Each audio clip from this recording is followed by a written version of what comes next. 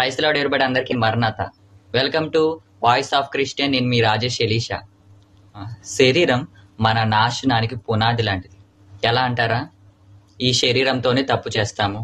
పాపము, శాపము, మనకి మరణం.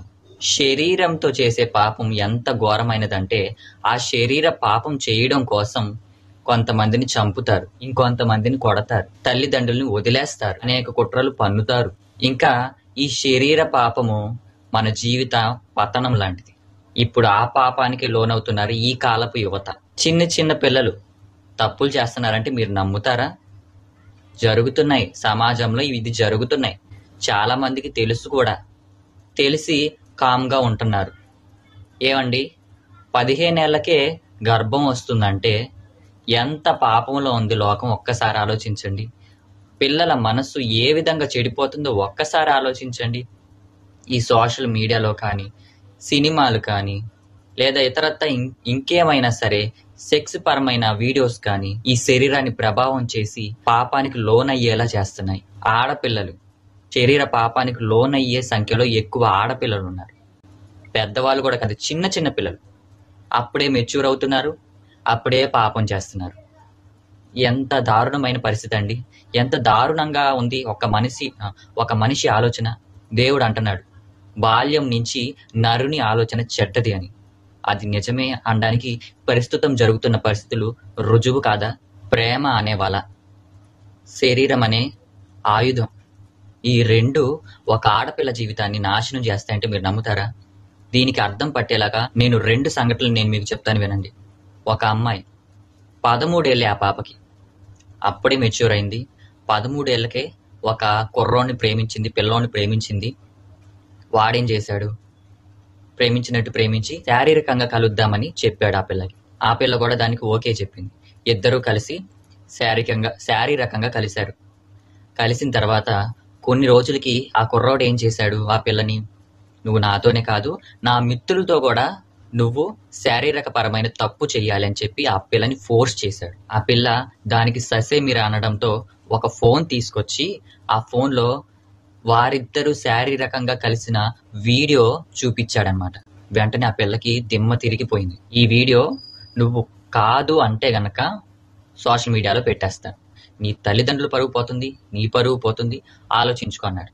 ఇంకా ఆ పిల్ల ఒప్పుకోక తప్పుతుందా?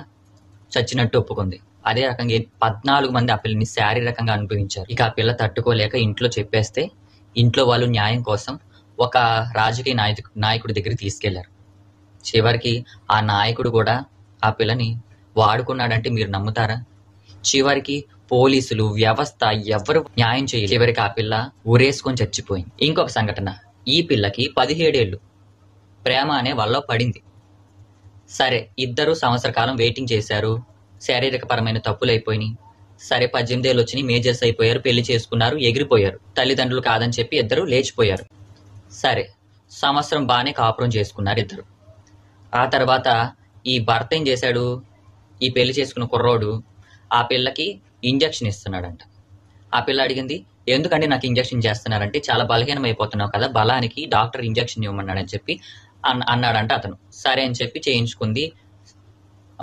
కొన్ని గంటల గడిచిన తర్వాత ఆ పిల్ల లేచిందంట. లేకంగానే ఆ పిల్లకి చాలా నీరసంగా అనిపించేది. అప్పుడు భర్తను అడిగేది, ఏంటండి ఎక్కడైనా మీరు బలానికి ఇంజక్షన్ చేశారు కదా, నేనేంటి ఈ ఇంజక్షన్ చేస్తే బలహీనం అయిపోతున్నానని చెప్పి అడిగిందంట. అదేం కాదు, కొన్ని రోజులైతే నీకే తెలుస్తుంది అన్నాడంట. సరే, అలా కొన్ని రోజుల వరకు ఇంజక్షన్ చేసి ఆ పిల్ల మళ్ళీ లగంగానే చాలా రోజు రోజుకి బలహీనం అయిపోతుంది అనమాట ఆ పిల్ల. అయితే, ఏమండి నేను చాలా సన్నగా అయిపోతున్నాను, ఇది అసలు ఏం జరుగుతుందో చెప్పండి అని అడిగితే ఆ భర్త రోజుకి అదే మాట చెప్తున్నాడంట.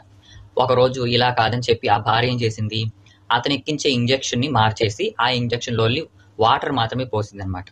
ఇక ఈ భర్త వచ్చి ఆ భార్యకి సాయంత్రం అవ్వగానే భర్త ఇంటికి వచ్చాడు. ఆ భార్యకి మరలా ఇంజక్షన్ చేశాడు. భార్య పడుకుంది. సో ఎవరినో రప్పించుకొని, వాళ్ళ స్నేహితులను ఎవరినో రప్పించుకున్నాడు. శారీరక పరంగా తప్పు చేయాలని చూడగా ఆ పిల్ల వెంటనే తన భర్త చేస్తున్న దారుణాన్ని పసిగట్టింది అనమాట. వెంటనే లేచి వాళ్ళ భర్త చెంప పగల కొట్టింది. నిన్ను నమ్మొస్తే నన్ను ఇలా చేస్తావా, ఇంత పనికి ఒడిగడతావా, నన్ను ఒక వ్యభిచారం చేస్తావా అని చెప్పి కుటుంబం ఎలాగో ఆ పిల్లని రానివ్వలేదు. భర్త ఏమో మోసం చేశాడు. ఇంకేం చేస్తుందండి, ఆ పిల్ల కూడా ఉరి వేసుకొని చచ్చిపోయింది. ఇలాంటి కథలు ఎన్నో, మనకు తెలిసినవి తెలియనివి ఎన్నో. ఈ 2 సంఘటనలు ఎక్కడో జరిగినాయి అనుకుంటున్నారా? కాదు, మన 2 తెలుగు రాష్ట్రాల్లోనే జరిగినాయి. అంటే మీరు నమ్ముతారా? కాలంతో పాటు అవి కనుమరుగైపోతూ ఉంటాయి. కాబట్టి ఆడబిడ్డలారా, మీకు ప్రేమ అనే వల వేసి మిమ్మల్ని శారీరకంగా యూజ్ చేసుకోవాలని చూస్తున్నారు కుర్రోళ్ళు. ఏం లేదు, మిమ్మల్ని సరసానికి అని పిలిచి వీడియో తీసి పడేస్తారు. ఆ తర్వాత మీ జీవితం మరలా తిరిగి కట్టుకోలేరు. మీరు నాశనం అయిపోయింది కాక మీ కుటుంబ పరిస్థితి కూడా దిగజార్చిపోతారు. లోకంలో ఒక సామెత ఉంది, ఆకొచ్చి ముళ్ళు మీద పడినా, ముళ్ళొచ్చి ఆకు మీద పడినా ఆకుకే సినుగుతుంది అని చెప్పి. కాబట్టి మగోడు ఏ తప్పు చేసినా దర్జాగా రోడ్డు మీద తిరుగుతాడు. కానీ ఆడది తప్పు చేస్తే సమాజం ఎలా చూస్తుందో మీకు తెలుసుగా. ఒక్కసారి ఇది బజారుది అని పేరు వచ్చిందంటే మరలా ఆ పేరుని చెరుపుకోలేరు.